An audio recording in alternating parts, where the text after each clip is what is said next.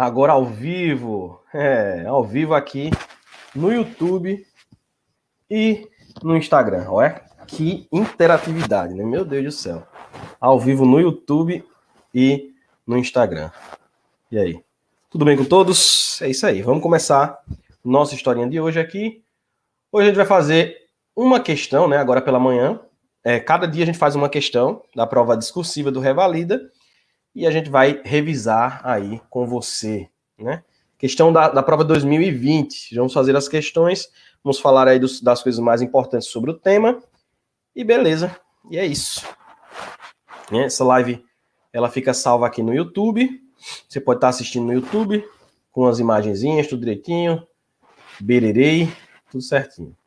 Então vamos começar aqui, sem mais delongas, resolvendo a nossa questão de hoje, né? Papai do céu abençoe todos aí vocês. E vamos estudar aqui.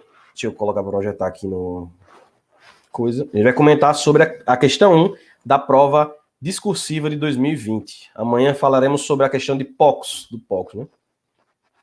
Vamos lá, vamos embora. Projetar aqui, aumentar aqui essa tela. Vamos embora. Vamos falar sobre a questão. Bom dia para todos. E vamos embora. Eu vou estar olhando aqui para aqui, porque está fazendo a gravação, né, no YouTube. E ainda vai ficar salvo. Vamos lá. Então, semana Revalida 3.0, Revalida 2020. Vamos responder a prova de 2020, a prova discursiva, né? Agora pela manhã discursiva e à tarde vamos fazer as questões de 2013. Meio-dia e 17 horas estaremos fazendo as questões de 2013. Ok? Vamos embora. Então diz assim, ó. Uma criança em idade escolar com 8 anos de idade é atendida no ambulatório de pediatria com edema, diminuição da diurese, urina escura e às vezes rosada, desânimo e inapetência há uma semana. A mãe nega a presença de febre, vômitos, diarreia, disúria ou polaciúria em sua filha. A criança estava previamente rígida, mas há 3 semanas apresentou lesões nas pernas, inicialmente pruriginosas, que evoluíram para crostas e cicatrizaram espontaneamente.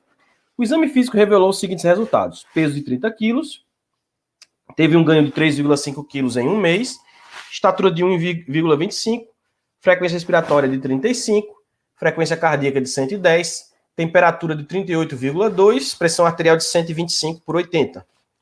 Confirmada em 2 momentos da consulta. A criança está em regular estado geral, a cianótica, nictérica com mucosas úmidas e hipocoradas, pele com turgor e elasticidade preservados, vencimento capilar de 2 segundos, pulsos periféricos bem palpáveis e simétricos, presença de edema, 2 cruzes em 4, e lesões cicatriciais em membros inferiores.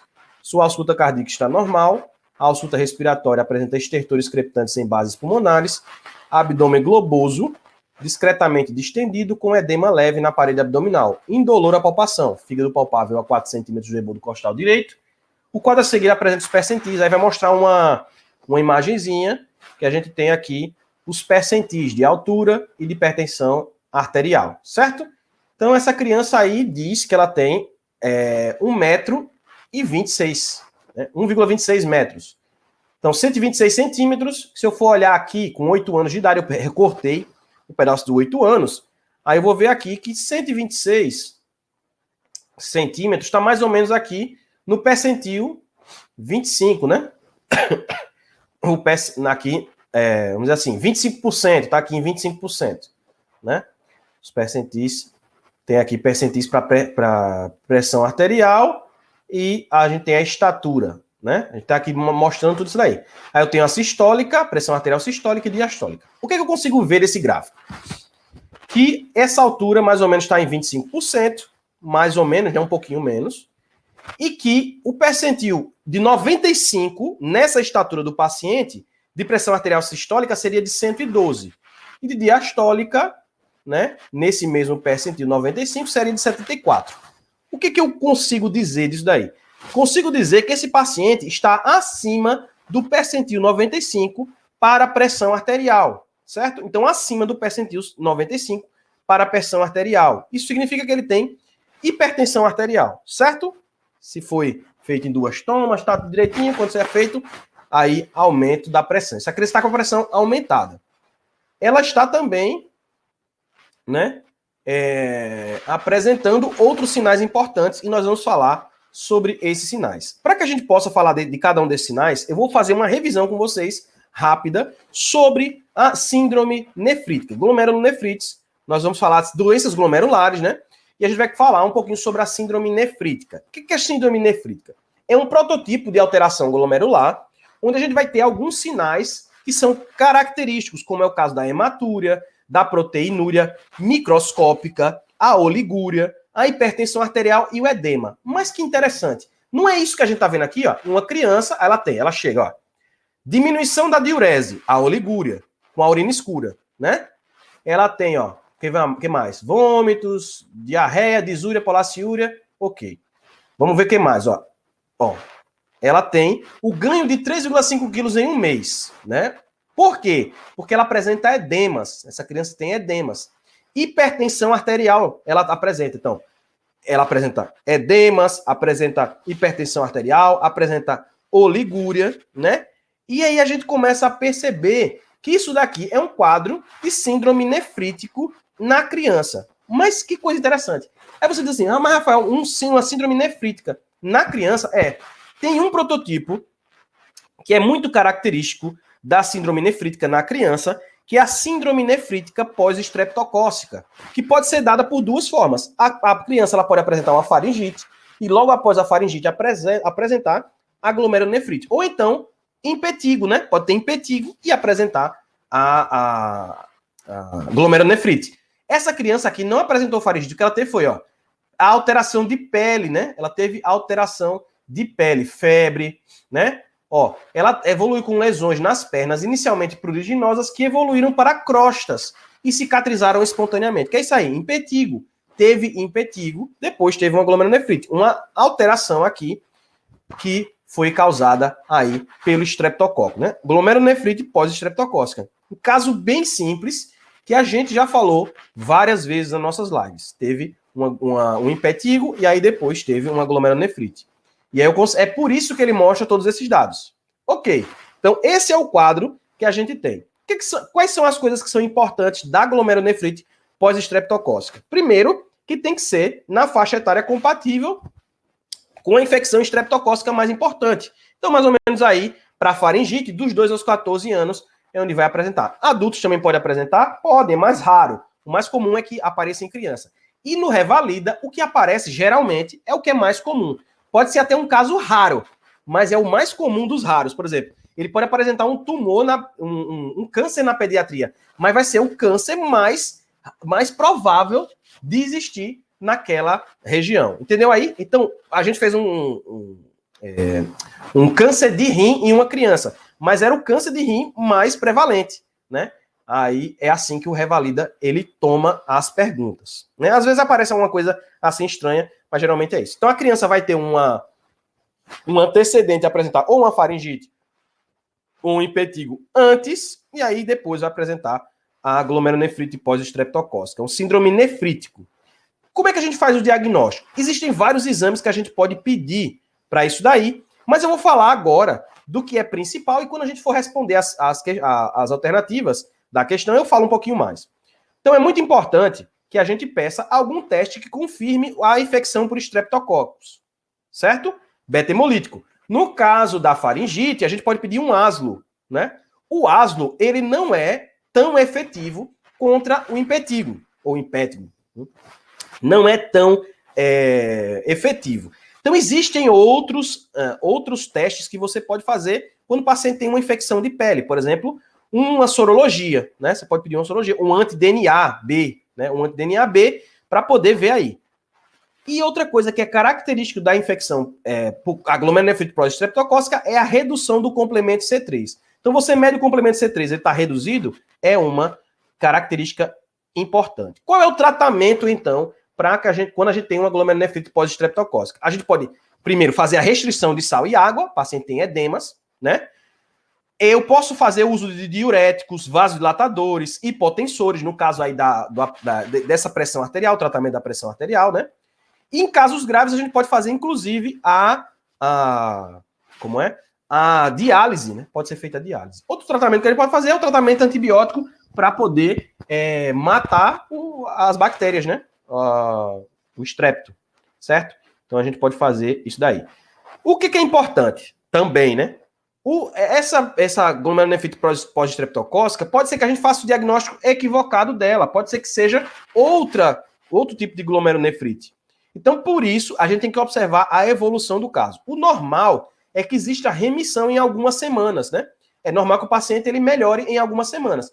Quando ele não melhora em 4 semanas, mais ou menos, então a gente já começa a tentar pensar em outras coisas. O normal é que o complemento ele normalize. Se ele não normalizar, em até 8 semanas, então a gente vai ter que partir para outras hipóteses também prováveis, certo? Aí a gente vai ter que fazer biópsia renal para a gente poder avaliar, certo? Biópsia renal para a gente poder avaliar. Também se o paciente não tiver sinais de glomerulonefrite e depois apresentar, de síndrome nefrítico e depois apresentar características de síndrome nefrótico associadas, também a gente tem que fazer biópsia renal. Então, tudo que sair do normal, do comum, em um quadro que não remite, a gente vai ter que fazer a biópsia renal para a gente poder avaliar. Isso é uma questão muito batida. A gente falou muito sobre isso nas lives, nas coisas que a gente fez. Então vamos para as alternativas agora, já falando tudo isso, é simples. Aí ele pergunta para a gente, ó, com base no quadro apresentado, responda as perguntas a seguir. Olha, como eu disse para vocês, no Revalida, as perguntas vão seguir normalmente a mesma lógica. 4 das 5 perguntas geralmente vão seguir essa mesma lógica. A não ser que seja uma pergunta de trauma, que a gente segue outra lógica que a gente vai falar amanhã, certo? A gente vai falar sobre trauma amanhã. Mas aqui, se for, por exemplo, abdômen agudo, se for hemorragia digestiva alta, se for um quadro de clínica de qualquer coisa que seja, se for pediatria, sempre vai seguir, toco-ginecologia, sempre vai seguir esse mesmo esquema, que vai perguntar o diagnóstico, a conduta, sendo ela exames, tratamentos. Aí, diagnóstico, exames, tratamento. Ele pode perguntar complicações, ele pode perguntar fatores de risco também, que são aí comuns, ou então sobre a evolução do caso. É isso que a gente vai ver aqui. Ó. Preste atenção. Qual é a primeira pergunta que ele faz? Qual é o diagnóstico? A hipótese diagnóstica que você tem. Qual é a hipótese diagnóstica? Glomerulonefrite pós-estreptocócica, né? Glomerulonefrite pós-estreptocócica. Já era um ponto aqui que você tinha. Aí, cite 3 exames complementares recomendados e os respectivos resultados que confirmam essa hipótese diagnóstica. Vamos lá do que a gente falou do específico. Vamos falar do específico. Eu sei que a glomerulonefrite pós-estreptocócica, ela reduz o complemento C3. Não é verdade? A gente não viu isso daí? Que reduz o complemento C3? Então, o que é que eu podia pedir? Eu podia, sendo bem específico, assim que eu fui na prova do Revalida, a gente podia pedir um exame de complemento, né? O C4 e o C3. Ou então somente complemento C3, né? Eu coloquei só complemento C3. E você ia ver o resultado qual seria? A redução do complemento C3. Então, isso era uma coisa que você poderia pedir. Outra coisa que a gente vê também, por exemplo, a gente não vê a proteinúria, não é um síndrome nefrítico, então você podia pedir a proteinúria desse paciente. Você podia pedir. Mas tudo bem. Então, a gente, para pedir algumas coisas para esse paciente, a gente podia pedir, por exemplo, um sedimento urinário. Né? No sedimento urinário, a gente ia ter o resultado que ia mostrar para a gente, por exemplo, no sedimento urinário, a gente podia apresentar como resultado a hematúria. A gente não viu que na glomerulonefrite, no síndrome nefrítico não tem hematúria, né? Então podia apresentar hematúria. Ele podia também apresentar a proteinúria menor, né? Em rango nefrítico. O paciente podia apresentar essa proteinúria em rango nefrítico. Ele podia apresentar alguns cilindros, né? De forma geral, não é o mais específico, mas aí você podia pedir a urina tipo 1, e aí característico seria a hematúria e a proteinúria menor no rango nefrítico, né? Menor do que 3,5. Ok, a complemento C3 e C4, que você ia ter redução do complemento, né? Níveis baixos de complemento C3. Você podia pedir também uma função renal, ureia e creatinina, né? Como ele tem oligúria, lembra, ele tem oligúria, né? Então ia ter o aumento da ureia e da creatinina. Simples de você pensar. Você também podia pedir um ionograma e resultados simples, né? Que você podia pedir. No ionograma, você ia poder, por exemplo, você podia ter a hiponatremia, né? A hiperpotassemia, né? Por causa do quadro de oligúria do paciente, a gente tem alteração do sódio e do potássio. Outra coisa que a gente podia pedir também era o aslo, né? Eu sei que eu falei para vocês que é verdade, o aslo não seria tão significativo aí, porque esse paciente não apresentaria tantas alterações, já que foi um impetigo. De qualquer forma, na prova do Revalida, ele considerou o ASLO. E não considerou o anti-DNA-B, né? O anti-DNA-B, que seria o exame aí mais específico. Como ele não é disponível no SUS, né? Então é por isso que eu creio que ele não considerou. Certo? A gente podia também pedir uma radiografia de tórax, onde a gente podia ver também a repercussão sistêmica dessa alteração circulatória, como, por exemplo, aumento da área cardíaca, ou então o coração podia estar normal, você podia ter edema ou então congestão pulmonar, derrame pleural, né? Não tem edema, o paciente não tem edema, então tudo isso ele podia apresentar nesses outros exames aí que eu falei para vocês. Então, 3 exames, você podia pedir o complemento, você podia pedir o ASLO, você podia pedir a urina tipo 1, você podia pedir o ionograma, você podia pedir a placa de tórax, né? Raio-x de tórax em PA, tudo isso você podia pedir aí, aqui, nisso daí. Aí eu falo para vocês, né? Eu sempre falo para vocês, e é verdade. E se não tem um problema na urina, o paciente não tem problema em urinar, não está com oliguria, então tudo que você pedir de urina vai fazer sentido, né? Vai fazer sentido aqui. Então, urina tipo 1, o sedimento, né? O ionograma, a ureia creatinina, a função renal, tudo isso daí vai fazer sentido. Placa de tórax, já que tem edema. Ok? Então, simples, né? Fácilzinho, o ASLO, fácilzinho. Aí, vamos lá. Cite 5 condutas médicas iniciais recomendadas para esse caso. O que é que nós vamos fazer aqui, nesse caso, condutas médicas específicas para o caso em questão? Então, a gente tem um paciente que tem glomerulonefrite pós-estreptocócica que nós temos que monitorar. Então, qual é a coisa mais lógica que a gente tem que fazer de primeira para esse paciente? Internar o paciente. Internação hospitalar é a primeira coisa que a gente tem que fazer. Lembra que ele falou pra gente aqui que esse paciente ele aumentou de peso, né? Aumentou de peso. Então o que a gente vai fazer? A gente vai fazer a medição. O paciente não está tendo edemas? O peso diário. Vou fazer a medição do peso desse paciente. Vou fazer também, não está tendo oligúria, vou fazer o balanço hídrico desse paciente. Vou ver aí se ele apresenta perda de líquido, se está eliminando o líquido adequadamente para poder fazer aí esse paciente. Vou observar, lembra que eu falei para vocês que o tratamento ele se baseia em restrição hídrica, né, e de sal. Então eu vou fazer a restrição hídrica e a diminuição da ingesta de sal, como eu falei para vocês logo no começo, né? Aqui na glomerulonefrite pós-estreptocócica, a gente faz a redução do líquido e a redução do sal. Tratamento antibiótico para o estrepto. Então, penicilina benzatina, né?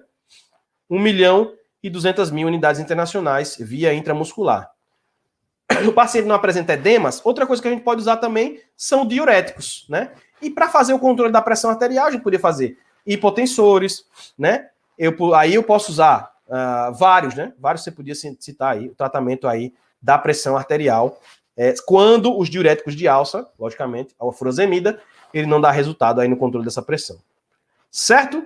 Então, são essas coisas aí que eram as mais importantes a serem tratadas nessa questão aí. Ok. Vamos para a letra D agora. Então, a gente já falou qual é a hipótese, exames complementares, condutas médicas. Aí, veja, dentro dessas 3 alternativas tinha 1, mais 3, 4, ó, né? 4, mais 4, 8. Então, veja, já tem 8 pontos do que eu falei para vocês. Diagnóstico, exames e tratamento. Então, já tem aqui 8 pontos. O que ele pergunta para você, além do mais, para você fechar aí, né? Que é o a mais da questão. Na evolução desse caso, cite 4 situações entre achados clínicos e resultados de exames complementares que indicam a necessidade de estudo anatomopatológico do órgão afetado. No caso da glomerulonefrite pós-estreptocócica, você teria que saber, né? Que aí foge a esse padrão que a gente falou, que é um conhecimento específico da glomerulonefrite pós-estreptocócica, que a gente faz biópsia quando sai do normal. Então, por exemplo, se eu tenho um paciente que ele não reduz, não melhora o complemento C3 dele.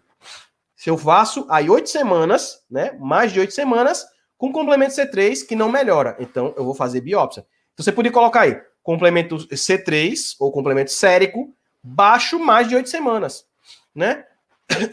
Você pode falar também, você fez o tratamento com furosemida, com hipotensores, você pode também, quando o paciente não melhora da hipertensão arterial recebendo tratamento. Então não é normal que esse paciente continue com hipertensão, você fazendo tratamento. Então, hipertensão arterial, quando ela é prolongada mais do que 4 semanas, então aí também é uma questão que você leva em consideração.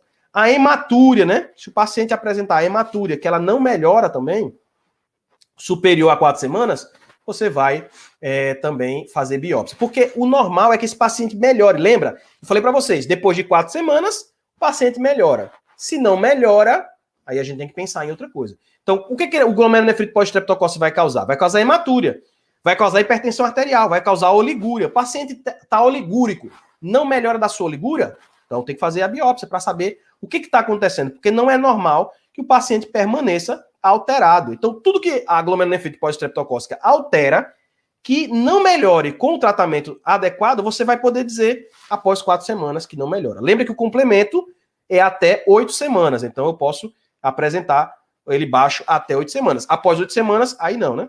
Se o paciente apresentar associação, como eu falei para vocês, apresenta características de síndrome nefrótico associado a esse caso, aí também. Aí a gente não vai poder deixar de fazer biópsia hepática. Então a gente vai fazer a biópsia porque não era normal. A gente tem uma glomerulonefrite pós-streptocócica, que é um síndrome nefrítico. Se ele apresenta alterações de síndrome nefrótico, não é comum que a gente tenha isso daí. Então, a gente vai também poder fazer essa biópsia. Por exemplo, uma proteinúria, né, como eu falei para vocês, em rango nefrótico. Isso não é normal. Então, a gente pode fazer a biópsia renal para poder verificar qual é o problema. Ok? Então, essas eram as ideias principais dessa questão. Eu espero que você entenda porquê dessas respostas. E é isso aí. Fácil demais, né? Fácil demais. A questão muito fácil. Ainda fazer uma de cetoacidose diabética também. Aí vai fazer a questão do POX. Então, é isso aí. Beleza? Então, a ideia é essa. Hoje, ao meio-dia, nos vemos para a nossa segunda live do dia, né? Todo dia vamos fazer só uma questão. Hoje, ao meio-dia, vamos fazer mais 12 questões aí da prova objetiva. E nos vemos aí ao meio-dia. Ao meio-dia e às 17 horas. Tchauzinho para todos. Papai do Céu abençoe vocês. E se você gostou, meu amiguinho, dessa live, escreva aí #LiveTop para eu saber que você gostou. Nos vemos aí ao meio-dia. Tchauzinho para vocês. Até mais.